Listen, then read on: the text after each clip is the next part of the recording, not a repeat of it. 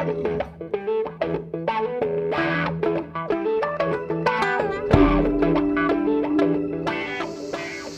Lucie, vous êtes d'origine syrienne, d'Alep.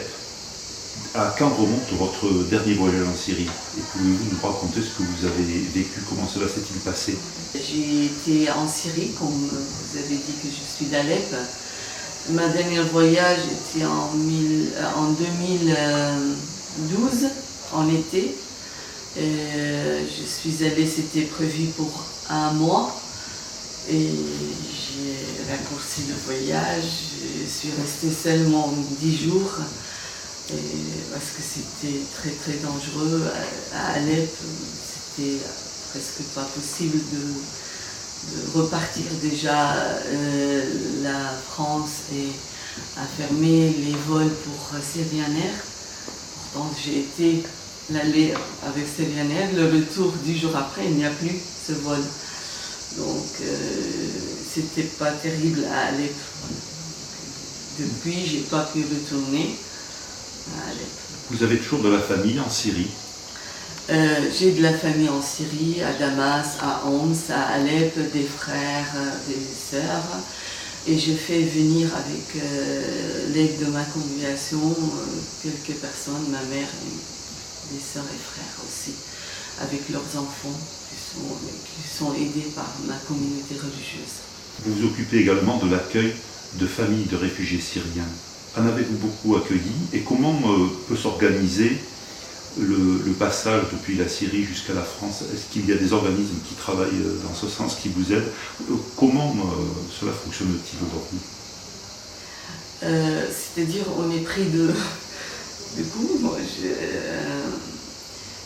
Le diocèse a nommé un couple en lien avec le responsable de solidarité du Var, qui est Gilles Rebèche, le diacre, et pour faire un petit conseil, parce qu'on trouve qu'il y a beaucoup de gens qui arrivent et qui nous font appel. Et comme je suis syrienne, donc au début, il y a 1 an et demi, il y a 2 familles syriennes qui sont arrivées. J'ai appris leur arrivée ici, j'ai fait connaissance ici, qui sont d'Alep.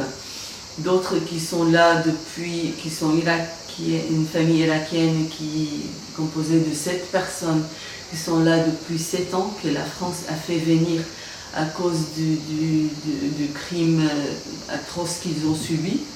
Un évêque de leur famille qui a été assassiné et leur fils enlevé. Donc la France a facilité leur arrivée en France. Donc ils sont installés dans le Var il y a maintenant 8 ans. Donc ça fait 7 familles et 2 familles syriennes. Donc on a commencé à faire un petit groupe. Et j'ai appris qu'il y a une association qui aide les chrétiens du Moyen-Orient ou les minorités du Moyen-Orient qui ont fait venir depuis, parce que l'année dernière, à Mossoul en juillet, il y a eu l'État islamique, Daesh, qui a chassé les gens de Mossoul qui sont partis à Erbil.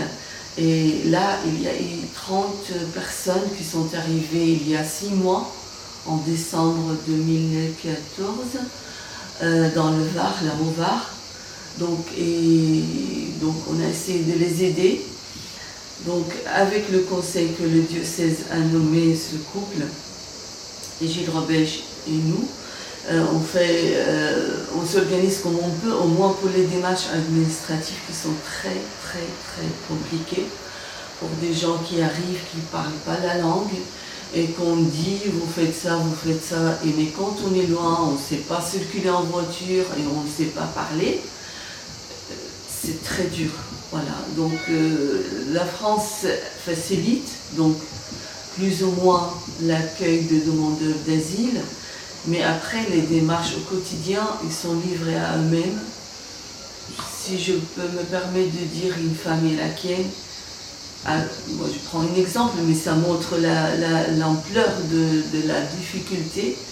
Elle dit « Je préfère mourir sous Daesh que rentrer dans l'administration française, tellement c'est compliqué. » Et ils savent qu'on ne sait pas parler, qu'on ne peut pas comprendre.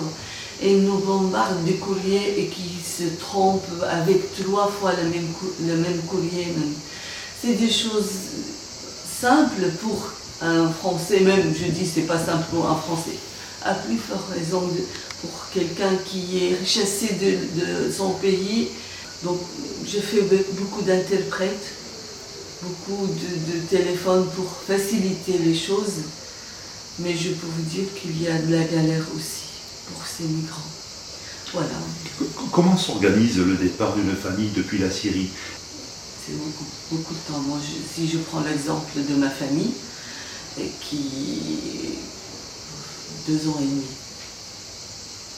2 ans et demi pour partir en règle. Ils sont partis en avion au Liban, mais avec un visa. Mais on a renouvelé la demande au moins 4 ans, 4 fois. La demande à la France, chaque fois, elle dit non, votre demande n'est pas aboutie. Est-ce qu'actuellement, vous savez s'il y a des familles qui sont en chemin pour arriver à Toulon ou qui ont sollicité Il y a beaucoup de familles qui sont en chemin, qui ont vendu tous leurs biens, mais avec des passeurs.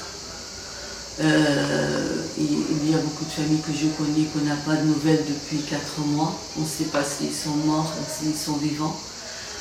Il y a des familles avec des amitiés ici, ou des parents ici un peu loin, où le papa arrive, ou la maman arrive, après on fait le regroupement. Il y a des choses qui sont en chemin, mais c'est très compliqué. On ne peut pas dire que ça y est, on va. Déjà, il n'y a rien en Syrie, comme l'ambassade est fermée, il faut aller au Liban. Et l'Europe a fait des bureaux pour gérer ces choses, pour aider les ambassades. Pour accéder à ces bureaux, il faut voir la queue qu'on fait. Les choses administratives, Internet, il faut faire par Internet.